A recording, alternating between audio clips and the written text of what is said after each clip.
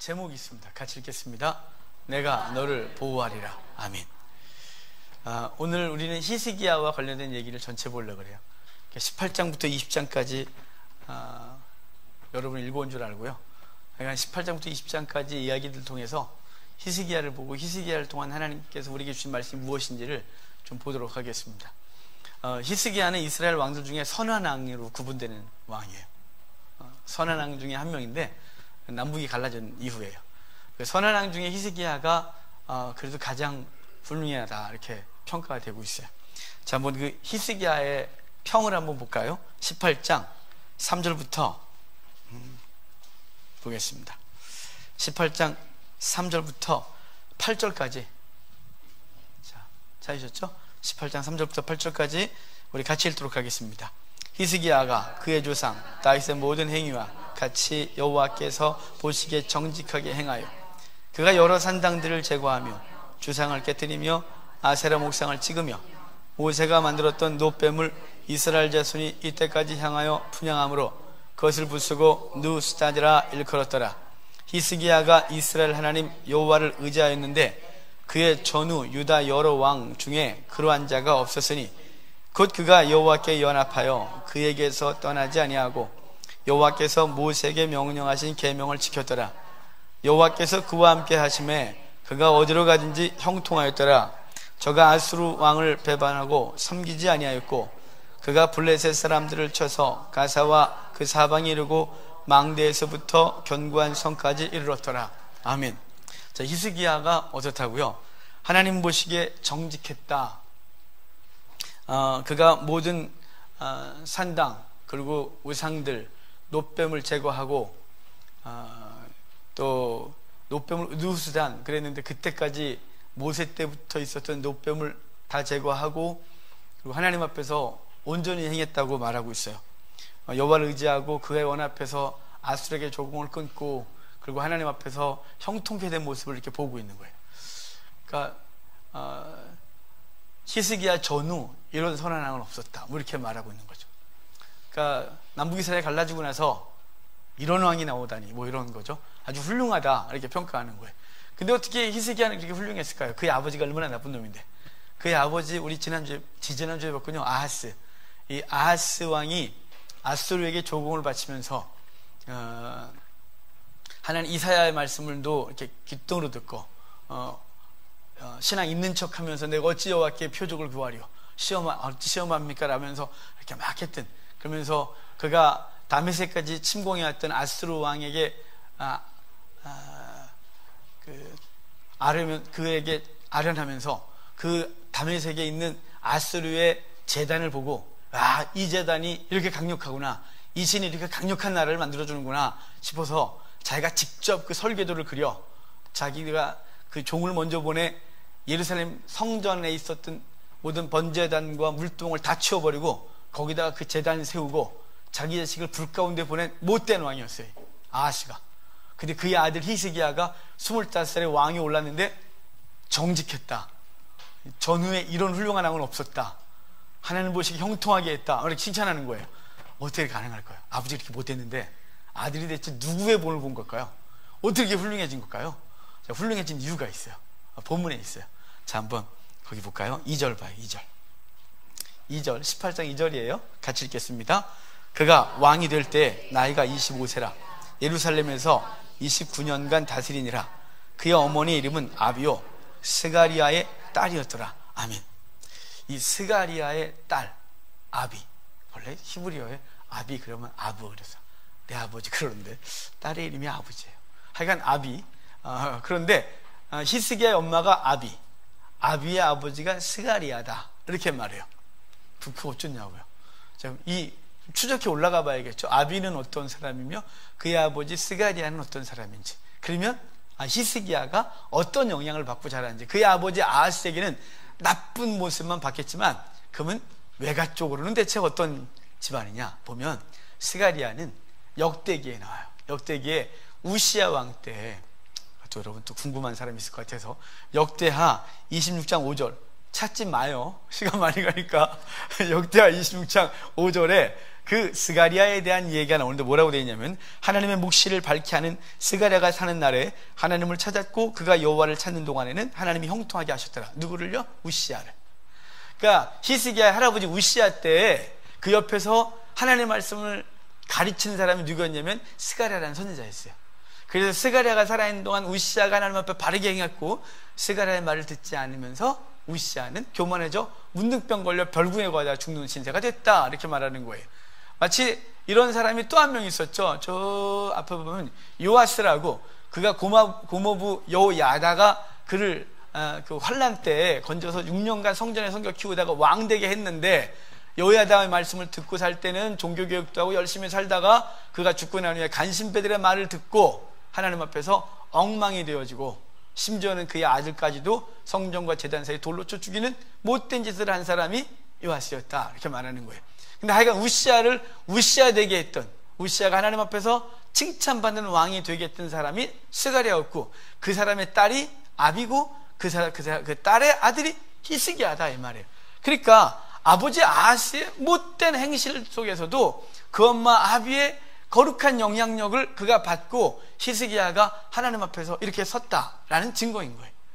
여러분, 여기 여자 성도님들은 아주 어마어마한 부담을 가지셔야 돼요. 우리의 자녀들의 믿음은 4개가 나를 통해서 이렇게. 그래서 이스라엘은 모계예요. 그래서 엄마가 유대인이면 자녀가 유대인, 엄마가 이방인이면 아빠가 아무리 훌륭한 유대인이라도 그는 이방인이에요. 왜냐하면 그 영적 유산을 누굴 통해 받냐면 엄마를 통해 받기 때문에 그래요. 히스기야는 지금 아하스의 못된 행실 속에서도 누구의 영향을 받았냐면 그의 엄마 아비, 그의 할아버지 스가랴의 영향으로 훌륭한 믿음의 사람이 돼서 그 아버지 아하스 하나님 앞에 책망을 받았고, 하나님을 배신하고 아수르 앞에 무릎을 꿇었고, 그리고 하나님의 말씀을 귓등으로 듣지 않던 못된 왕이었음에도 불구하고 그 아들 히스기야가 훌륭한 신앙인이었다라고 말해주고 있는 거예요. 정말 훌륭하죠? 이 훌륭한 신앙인이 무너져요. 안 무너졌으면 좋겠는데, 우리도 하나님 앞에 은혜 충만히 받고 죽을 때까지 더 충만해졌으면 얼마나 좋을까요?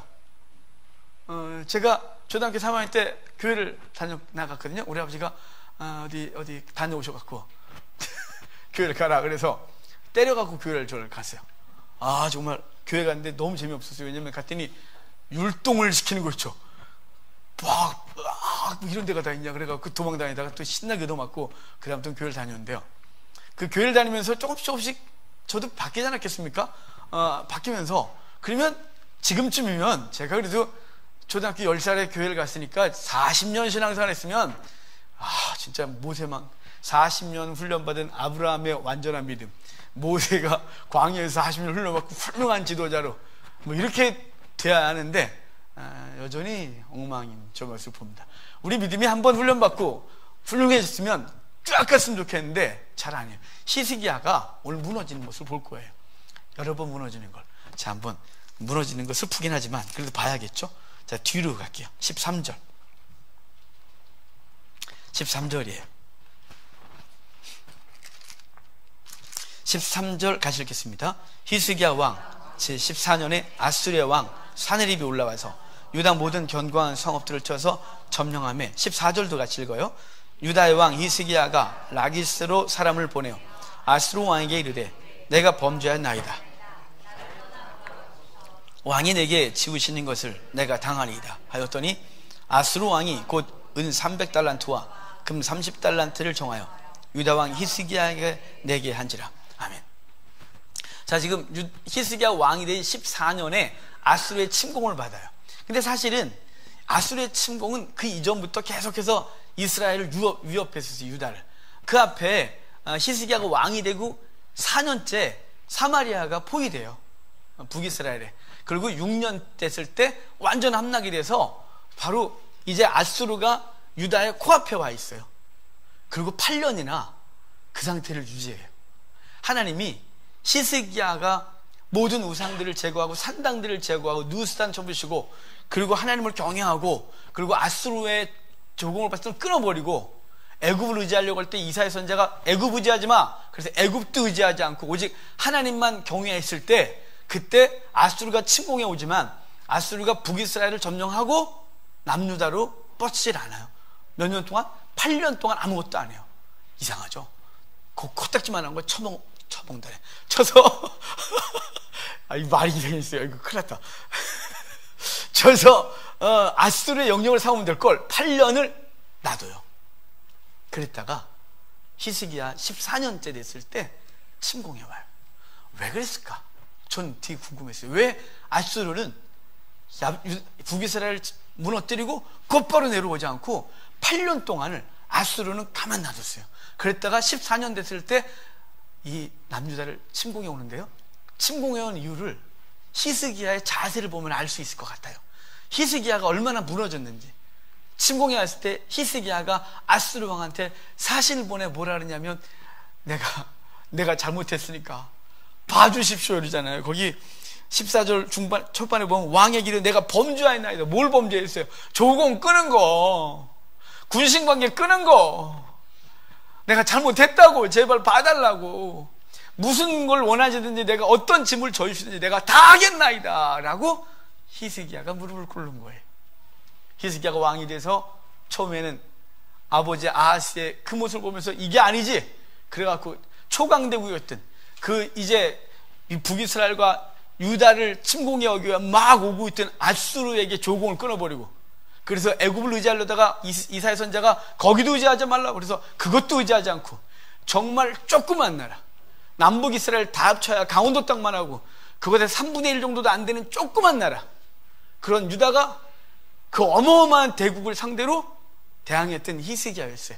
그런데 그 8년의 평강은 그로 하여금 영적 야성을 잃게 했다, 이렇게 보여져요. 그래서 침공에 오니까 그 전까지 멋있던 히스기야가 아수르한테 사람을 보내서 저 지금 라기스를 쳐서 저기 애굽으로 내려가는 길 쪽에 라기스 성이라고 있어요.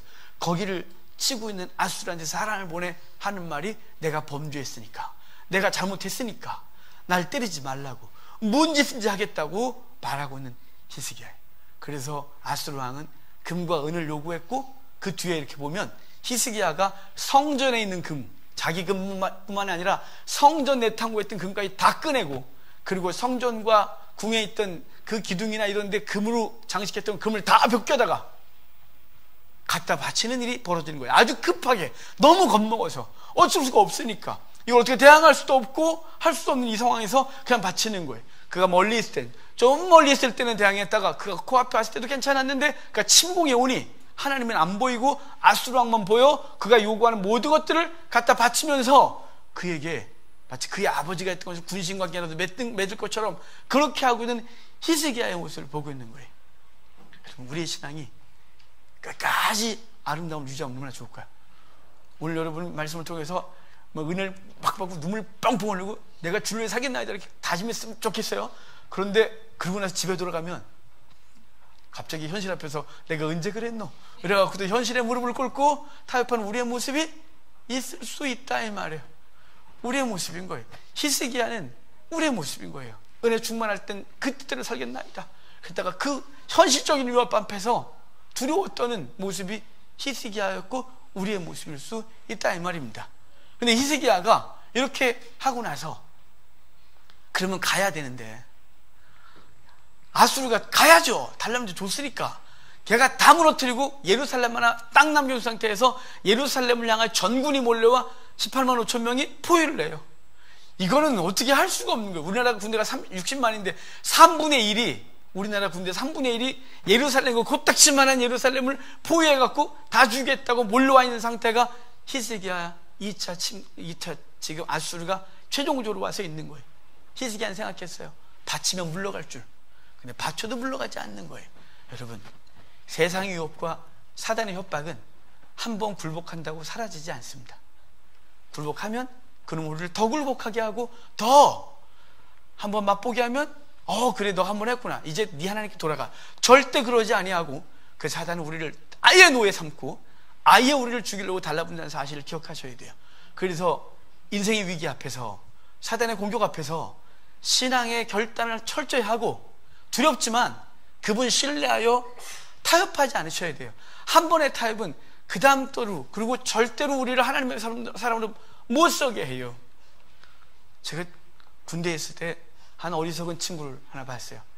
제가 군대 입대하고 예배를 드리는 게 정말 힘들었어요. 왜냐하면 예배 들어가면 보내주질 않고, 안 보내주면 저는 일찍 사관한테 가서 나 교회 가야 됩니다 그럼 안 해줘요. 일찍 사령관한테 찾아가요. 그래서 나 교회 가야 됩니다 그래서 보내줘요. 갔다 오면 맞는 거예요. 왜냐면 고참들이 가지 말라 했는데 감히 그 일찍 사령한테 가서, 장교한테 가서 나 교회 가야 된다 그래서 이등병이 그래갖고 교회 갔다 오니 여러분 살아나겠습니까? 저뿐만 아니라 동기까지 다 맞고 예배당을 한 번도 빠져본 적이 없어요. 무조건 갔어요. 어떤 상황에서도. 술, 담배 해본 적이 없어요. 회식 때 무지하게 맞았어요. 한 번도 해본 적 없어요. 그런데 제가 신앙생활 너무 어렵게 했으니까 우리 부대에 들어오는 신병들마다 제가 다 종교를 조사해요. 그래서 기독교라고 쓴 애들은 내가 막아주리라 라는 것으로, 걔네들 주일이 되면 차장님 누구 나와 무조건 부르는 거예요. 뭐 너 교회 갈래 안 갈래가 아니라 나와 이래갖고 제가 교회를 데리고 갔어요. 근데 그렇게 가는데 그 중에 신학교 4년을 졸업한 친구가 온 거예요.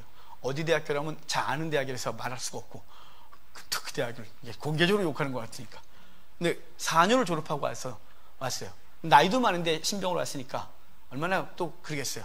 근데 제가 신앙생활하기 어렸던 것처럼 얘도 어려울 게 뻔해서, 얘는 또 신학생이니까 얘는 철저히 신앙생활 할 것 같아서 걔는 제가 집중적으로 도와줬어요. 나와.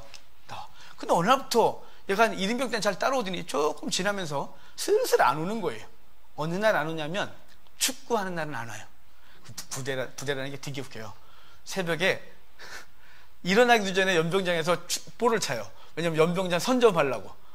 그래서 아침 먹고 와서 이렇게 전반전하고 점심 먹고 후반전하고 하여간 연병장을 하루 잡으면 절대로 안 나요, 그 대대가. 그런데 그런 날 딱 되면 이 녀석이 제가 교회 나오라 그러면 네 그러고 딴짓하고 교회 안 와요. 회식할 때 얘는, 전 신학생은 다 저 같은 줄 알았어요.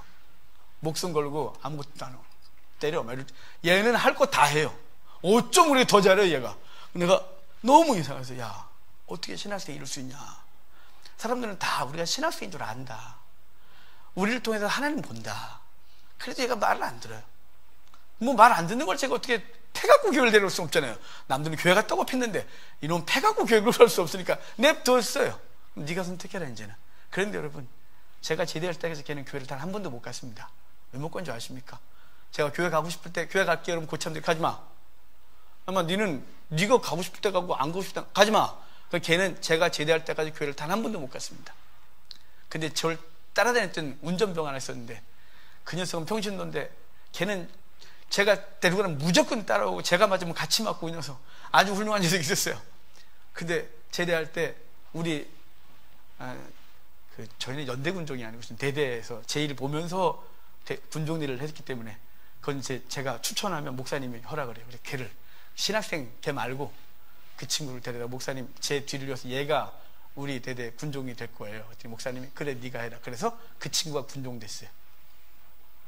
여러분, 그 친구 한 번의 위기 앞에서, 또는 자기가 하나님이 아닌 더 좋은 걸 한번 선택했다가 그리고 한두 번 했을 때 저는 자기가 얼마나 그 잔꾀를 부리면서 자기는 지혜롭게 군생을 한다고 생각했을까요? 하지만 그 이후로 단 한 번도 제가 제대할 때까지, 그 이후는 제가 몰라요. 관심 없으니까 걔한테. 그 친구는 단 한 번도 예배당을 못 갔어요. 여러분, 세상은 우리가 세상과 한번 손을 잡으면 세상이 봐줄 것 같아요. 이번 한 번만 넘어가면 될 것 같아요. 이번 한 번만 세상과 손을 잡으면 그 다음에 내가 하나님 앞에서 더 훌륭하게 살 거라고 스스로 이제 자기를 위로하면서 타협을 하기 시작하는 거예요. 하지만 한 번 타협하면 세상은 좀 더 나한테 가까워야 했고 내 목을 쥐어짜면서 너 그래야 죽을 수 있어 내 말 들어 라고 하는 것이, 여러분, 바라기는 히스기야의 어리석음이 우리 가운데 있지 않기를 바랍니다. 그 앞에 무릎을 꿇어 세상 앞에서, 환난 앞에서, 위기 앞에서 자기 신앙을 내려놓으며 그것들을 한 번만 잡으려고, 한 번이면 될 것 같은데 다음엔 다시 안 할 것 같지만 다음엔 그 맛을 못 받고, 그리고 세상은 우리에게 더 협박을 하면서 너 그러면 죽을 수도 있다고 하는 것이, 지금 야스루는 히스기야의 이 이스라엘 남유다를 전체를 다 먹고 예루살렘 하나 딸랑 남겨두고 18만 5천 명이 예루살렘을 포위하여 이제는 죽이겠다고 달라붙고 있는 거예요. 그리고 이제부터는 얘가 이렇게 말해요. 자, 사네립이 그의 신하 랍사게를 통하여, 이름이 랍사게라서 얍삽해 보이죠? 이 랍사게를 통하여 이스라엘 백성들에게 하는 소리 한번 들어볼까요? 18장 29절부터 봐요. 18장 29절부터 31절까지 한번 봅시다. 자, 같이 읽을게요. 왕의 말씀이 너희는 히스기야에게 속지 말라. 그가 너희를 내 손에서 건져내지 못하리라. 또한 히스기야가 너희에게 여호와를 의뢰하라 함을 듣지 말라. 그가 이르기를 여호와께서 반드시 우리를 건지실지라 이 성읍이 아수르 왕의 손에 함락되지 아니하게 하시리라 할지라도 너희는 히스기야의 말을 듣지 말라. 아수르 왕의 말씀이 너희는 내게 항복하고 내게로 나오라. 그리하고 너희는 각각 그의 포도와 무화과를 먹고 또한 각각 자기의 우물의 물을 마시라. 이 32절도 같이 읽어봐요. 내가 장차 와서 너희를 한 지방으로 옮기리니 그곳은 너희 본토와 같은 지방 곧 곡식과 포도주가 있는 지방이요 떡과 포도원이 있는 지방이요 기름 나는 감람과 꿀이 있는 지방이라. 너희가 살고 죽지 아니하리라. 히스기야가 너희를 설득하여 이르기를 여호와께서 우리를 건지시리라 하여도 히스기야에게 듣지 마라. 아멘. 자, 지금 뭐라 그래요? 하나님 우리를 돕는다고 해서 그 소리 듣지 마. 누가 말하는 거예요? 사내립이 랍사게를 통하여 이스라엘 백성, 성 안에 있는 이스라엘 백성들에게 외치고 있는 거예요. 그 소리 듣지 마. 어떤 신도 건져본 적이 없다. 여호와가 너를 돕는다고 그 소리 듣지 마 라고 말하면서 차라리 우리한테 항복하면 우리가 젖과 꿀이 흐르는 땅, 모든 것이 풍성한 땅, 내가 그곳에 살게 해줄게. 항복해 하라고 말하는 거예요. 항복하고 싶었겠죠. 그런데 이때는 히스기야가 정신 차려요.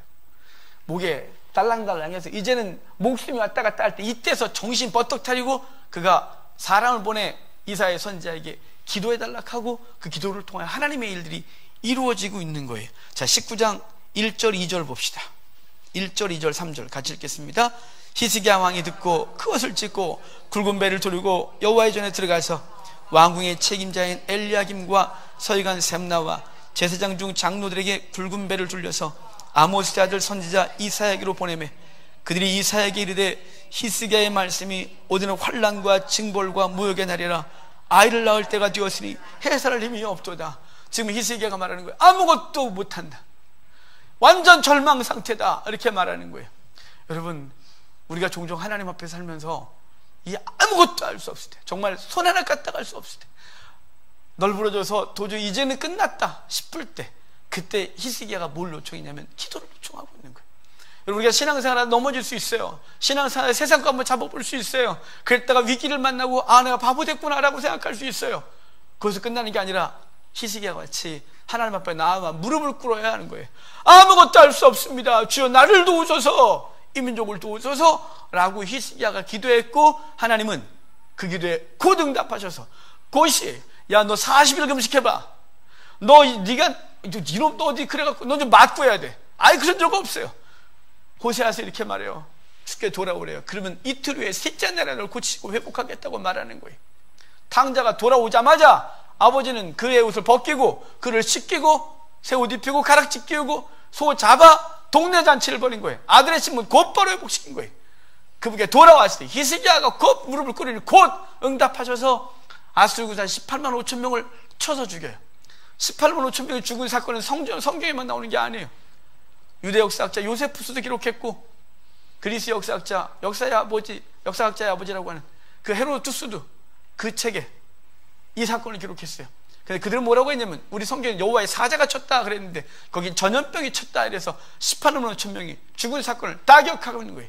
아수르의 부조에도 그들이 라기스를 치고 했었던 사건들을 기록하고 그 사건 이후에 이 사네립은 헛소문 듣고 본국에 돌아가 자기의 신 니누락에게 경배하다가 아들들한테 맞아 죽고 그 아수르는 그때부터 쇠락의 길을 갖는 거예요. 왜요? 하나님의 백성을 건드렸기 때문에 그래요. 하나님의 백성이 주 앞에 무릎을 꿇었고 무릎을 꿇자마자 주께서는 그 대적을 이기시는 거예요. 인간이 이긴 게 아니에요. 사람의 힘으로 18만 5천 명과 그 강대국 아수르, 최강국이었던 잔인한 강국 아수르를 이긴 그 힘은 사람의 칼이 아니었어요. 잔머리가 아니었어요. 한번 타협해보면 그가 물러갈까 아니었어요. 하나님 앞에 무릎을 꿇었더니 그분이 일하시는 거예요. 그래서 18만 5천을 이기시고 아수르를 쇠락의 길로 가게 하는 것이 저 여러분을 보호하신 하나님의 역사를 기억하시길 바랍니다. 두려운 세상 것 앞에서 세상 가치관 앞에서 타협하지 마십시오. 안 죽습니다. 여러분, 네 해봤니? 해봤으니까 말씀드리는 거예요. 초등학교 3학년 때 처음 교회 나갔고 고3 때 하나님께서 만나신 이후에 제 삶이 완전히 바뀌었어요.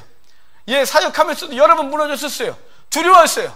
힘들었어요. 다 아는 거예요. 여러분이 제가 개척하고 18년 되는 동안 여러분 다 보셨어요. 얼마나 제가 연약했고 타협하려고 했고 도망가려고 했고 다 아는 사건이. 그렇지만 하나님 앞에 섰을 때마다 주께서 일하시는 걸 경험하는 것이, 여러분, 하나님이 하십니다. 우리가 하는 것이 아닙니다. 그러니까 환경 앞에서 넘어지지 말고 세상 끝과 타협하지 말고 오직 믿음의 사람으로 그냥 굳게 서십시오. 처음에 작정했던 대로 내 주의 뜻대로 살겠다라고 한 것 같고 그냥 사십시오. 그럼 주께서 어떻게 일하시는지 경험할 건데 넘어져야 알아요. 어리석게 넘어져야 알아요. 여러분, 히스기야는 환난 앞에서 진리를 대면하고 있는 거예요. 어리석은 거예요, 여러분. 왜 환난을 만나야 진리를 경험하나요? 환난이 아니라 이걸 통하여 만나게 하셨어요. 어느 부모가 자녀가 고난을 당하는 걸 즐거워합니까? 어느 부모가 자녀를 힘들게 하고 그걸 보면 즐거워하고, 그래 네 그걸 통해 내가 훌륭하게 될 거야, 계속 괴롭힙니까? 그분이 직구준 분처럼 우리를 그렇게 힘들게 하면서 그분이 즐기십니까? 내 아주 고통받는 거 너무 행복하네, 아주 재밌어, 저는 아주 재밌어 죽겠어, 아주. 계속 그런 분 아니십니다. 우리도 안 그런데 우리가 어찌 당신의 백성들을 향하여 하나님이 그런다고 생각을 하십니까? 하나님은 우리를 환난받게 하고 싶어 하지 않으십니다. 왜 환난받냐? 우리의 강팍함과 우리의 무딘 영성과 닫힌 귀가 하나님을 알아듣지 못하고 보지 못하고 경험하지 못하니 경험하는 곳으로 몰아갈 수밖에 없는 것 아니겠습니까? 호세아서는 이렇게 말합니다. 고멜을 말로 거친 들로 데려가서 그 거친 들에서 그가 호세아를 진집으로 만나면서 이렇게 말해요. 다시는 내가 당신을 바알, 주인님이라고 말하지 않고 내가 남편이라고 일컫겠다, 이렇게 말하고 있는 거예요. 요한계시록에 우리를 광야로 이끌어가서 1160년 양육받게 하시고 하나님을 알게 하시는 거예요. 환난 앞에서 진리를 대면하는 거예요, 사람들이. 여러분, 그건 한두 번이면 좋은 거예요. 한두 번이면 되지 않겠습니까? 그럴 때마다 맨날 환난에 가서 하나님을 만나겠습니까? 환난 가야 진리를 대면하겠습니까? 그렇게 해서 하나님을 알았으면, 이분이 진리구나 라고 했으면, 이제는 뭐라냐면 성경을 통해 하나님 누군지를 알아야 하는 거죠. 그게 지혜로운 것이죠. 근데 어리석은 인간들은 끊임없이 환난으로 스스로 가요. 스스로. 여기서 성령께서 감동 주시고 말씀하시는데 그것에 귀 막고 그분을 억누르고 스스로 죄 가운데 갔다가 환난을 당하고 진리를 또 대면하는 거예요. 맞다 이러고 또 돌아오는 거예요. 언제까지 훈련 받겠습니까? 언제까지 훈련소 못 나가고 훈련 만들라고 시간을 다 허비할 것이? 이 시대 할 일이 많다고 우리는 말하고 그리스도인이 할 일이 많다고 말하면서 우리는 스스로 맨날 환난 가운데 들어가서 환난에서 훈련 받으면서 진리네 이러고 있는 거예요. 여러분, 훈련소 그만 졸업하셔야죠. 훈련소 나와서 이제는 군사로 서서 최전방에 서서 주께서 돌격하라 풀하실 때 군사로 나가야 되는데 군사로 훈련시키고 싶은데 맨날 훈련소에만 있는 거예요. 왜 그럴까요? 탐욕이 우리로 하여금 하나님을 못 만나게. 그래서 디모데 전서에 보면, 디모데 후서에 보면 인간이 탐욕을 부리는데 이 탐욕을 부리면 항상 배우나 진리의 지식에 이를 수가 없다고 말하는 거예요. 왜 탐욕을 부리면 진리의 지식에 이를 수 없을까요? 신앙을 탐욕의 도구로 삼아서 그래요. 신앙을 탐욕의 도구로 삼으니까 진리가 뭔지 모르는 거예요. 맨날 기도해서 이 땅 얻는 것만 관심 있는 거예요. 주님이 진리냐 이건 관심이 없어요. 주님이 진실이냐 관심이 없어요. 오직 신앙을 탐욕의 도구로 삼아 탐심을 부르냈으니까 항상 성경에 대해 배우나 진리의 지식에 예수 그리스도가 진리라는 걸 깨달을 방법은 없다 이 말이에요. 그러니까 맨날 그 자리고요. 맨날 그 자리. 그래서 한국교회는 맨날 무능력하고 맨날 힘들고 맨날 그러는 것이, 여러분 언제까지 환난받고 훈련받다 시간을 다 허비할 것입니까? 주의를 하기 위하여 하나님께서 우리가 허락하신 시간을 거룩하고 건강하고 바르게 활용해야 안 되겠습니까? 이제 영혼들을 건져내고 주의 나라를 세우는데 우리가 쓰임받아야 되는데 여전히 훈련받느라고 거기까지 못 나가는 거예요. 맨날 훈련받는 거예요. 이제 좀 훈련소 퇴소할 때 됐나 싶으면 또 넘어져 있고, 됐나 싶으면 넘어져 있고, 맨날 거기에 있는 거예요. 맨날. 여러분, 저와 여러분이 그러지 않았으면 좋겠습니다. 히스기야가 하나님을 경험했어요. 그래서 엄마를 통해서 이게 진리구나, 이게 바르구나 라고 알았고 그렇게 했어요. 그런데 잠시 신앙이 무너지면서 환난 앞에 만났고 환난에서 진리를 대면한 거죠. 여호와가 참 하나님을 그랬으면 이제 훌륭해지는데 인간은 소망이 없어요. 인간에게는 소망이 없다는 건 히스기야가 또 넘어진다는 사실이에요. 히스기야가 이렇게 하고 나서 병이 걸렸어요. 외상이었던 것 같아요. 그래서 우리가 오늘 읽은 본문에 보면 그가 종초에 무화과를 짓는겨 붙였더니 나았더라 그래요. 무화과가 낫게 한 걸까요? 아니요. 그 병어 다 했어서 안 났었어요. 하나님께서 이사야 선지자를 너 죽어 라고 가는데 성 중앙에 가기 전에 하나님께서 히스기야가 하나님 앞에 울며 기도했어요. 하나님 살려주십시오라고. 그랬더니 이사야 선지자 가서 산다 그래. 15년 산다 그래. 이렇게 말해요. 15년 삶의 연장을 받아요. 얼마나 좋았겠어요. 그런데 그런 와중에 바벨론에서 무로닥 발라단의 신하가 와요. 이 무로닥 발라단은 그 먼 바벨론에서 왜 이렇게 산을 보내냐면, 역사 속에서 보면 무로닥 발라단이 아수르에게 대항을 해요. 원래 바벨론이 더 고대 강력한 왕국이었는데 어느 날부터 쪼그라들어갖고 바벨론은 도시국가 같은 데고 부족국가처럼, 그리고 아수르는 강력해졌어요. 그러니까 조공받는 자존심 상하겠어요. 그래서 무로닥 발라단이 한번 쳤는데 이게 더 터지세요. 그리고 더 터진 상태에서 어디 좀 같이 할 사람 없을까 그러는데 저쪽 서쪽 끝에서 소문이 들리기를 유다라는 나라가 있었는데 그 나라에서 아수르 군사 18만 5천 명이 죽고 사내림은 돌아와서 반역으로 죽고 끝났다는 거예요. 그런 나라가 있어? 그 사신을 보내요. 병문안이라는 핑계를 대고 보내서 했더니 히스기야가 그 사신을 그 자기의 내탕으로 가서 보여주면서 이만큼 있다고 이러고 보여주고 보낸 거예요. 왜 히스기야는 내탕고 보여줬을까요? 왜 그 사람 왔을까요? 동맹 때문에 온 거예요. 우리 동맹 맺고 싸워보자고. 히스기야는 그가 왔을 때 그래요. 동맹이요? 뭔 동맹? 여호와께 동맹을 맺으시라고. 우리가 싸워 이긴 게 아니라고. 하나님이 하셨다고. 성전에 가서 하나님이시라고 말해주고 당신들도 여호와를 섬기라고. 그럼 그분이 당신들을 도우실 거라고 라고 말해야 되는데, 히스기야는 그래요? 그럴까? 그래갖고 내탕고 보여주면서 그러니까 우리 한번 쳐버릴까? 그래갖고 내탕고 보여주면 동맹 맺겠다고 한 거예요 지금. 그래서 이사야 선지자가 당신이 보여준 그 모든 것 나중에 다 바벨론 옮겨갈 것이고 당신이 의지한 그 나라가 가져갈 거라고, 그리고 당신의 후손들은 환관으로 끌려가서 그를 섬길 거라고 책망을 하는 것으로 히스기야가 끝나는 거예요. 여러분, 왜 우리 이렇게 어리석은 걸까요? 하나님을 신뢰하고 그분 앞에 서서 끝까지 가지 못하고 왜 기회만 되면 또 돌아서고 또 달아서고 또 무너지고 또 무너지고. 이 히스기야 이 모습을 보면 우리의 모습 같습니다. 저도 안 넘어지고 싶습니다. 여러분도 안 넘어지셨으면 좋겠습니다. 그 여러분을 위해서 생각할 때마다 그 강력한 여러분의 모습 때문에 제가 도전받았으면 좋겠습니다. 근데 기도하면서 넘어져 있는 여러분들을 생각하면 어떻게 할 줄 모르겠고, 제가 할 건 아무것도 없고 하나님 앞에 기도하고 권면하지만 하나님과 그 본인이 하나님 앞에 서서 굳건하게 서고 성도로 서야 되는데 그러지 않는 거예요. 여러분, 그러면 하나님 우리를 버리시냐 이 말이에요. 아니에요. 오늘 성경에 보면 놀라운 위로들이 있어요. 위로가. 자, 우리가 오늘 끝까지 다 봤지만 히스기야의 그 생명 연장을 받을 때 그때 그 하나님이 하신 사인이 있어요. 자, 20장 8절로 가봅시다. 20장 8절 같이 읽겠습니다. 히스기야가 이사야에게 이르되 여호와께서 나를 낫게 하시고 3일 만에 여호와의 성전에 올라가게 하실 무슨 징표가 있나이까? 징표를 주십시오. 그랬더니 이사야 선지자가 그래요. 야, 해가 10도 앞으로 가는 게 좋을까 뒤로 가는 게 좋을까? 어떤 걸 보여줄까? 그랬더니 해가 10도 앞으로 가는 건 쉬울 것 같고 그러면 표도 잘 안 나니까 빽하게 해주세요. 해가 이 아하스가 그 놋재단 갖고 그것을 갖고 만든 게, 물두멍 갖고 만든 게 해시계였어요. 그 해시계의 시계를 보는데 시계가 거꾸로 쭉 가는 거죠.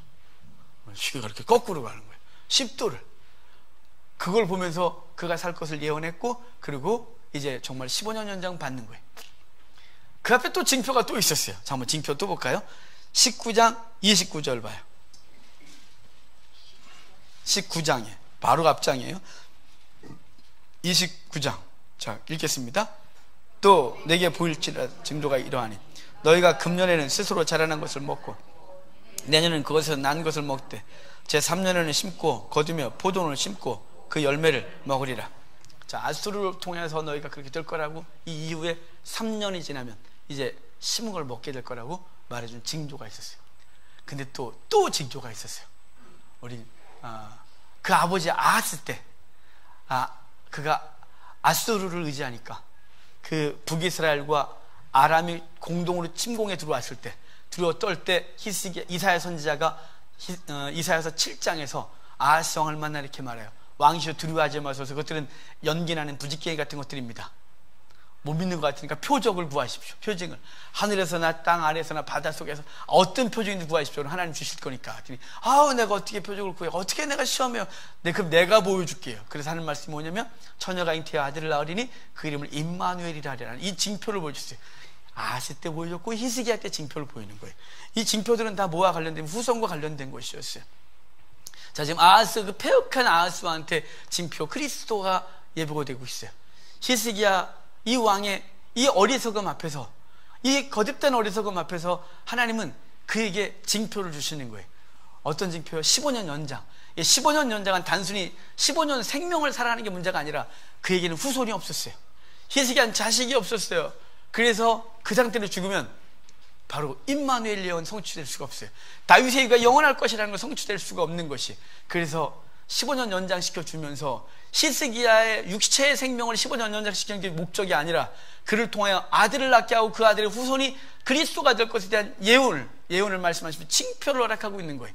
그런데 그 징표에서 3년 후에 곡식을 먹을 것이고 3일 후에 성전에 올라갈 것이라고 3일이 더 한 번 또 나와요. 그 뒤에 보면 하여간 3일 후에 성전에 올라가서 하나님을 뵐 거라고 말하고 있는 거예요. 여러분, 이것이 우리에게 준 놀라운 징표가 있어요. 그것은 바로 그리스도가 우리를 살리시고 생명을 허락하실 것이. 우리에게 소망이 없어요. 소망 없잖아요. 우리 훌륭하게 섰다가 넘어져요. 아, 정말 어느 날은 정말 훌륭한 봉도 같았는데 저 집사님 맞나 싶어요. 제 자신이 그래요. 어느 날은요, 제가 세상에서 제일 훌륭한 목사 같아요. 여러분이 안 그렇게 보일지 몰라도 제가 보기엔 나 같은 목사가 없어 보여요. 아, 이 땅에 어떤 목사보다도 내가 제일 훌륭한 것 같고 괜찮아 보이다가 어느 날은 제가 넘어지면 이런 게 다 목사야 싶고, 나 성도 맞나 싶을 정도로 까부러져 갖고 죽을 것 같고 다 내려나가고 도망가려고 저를 봐요.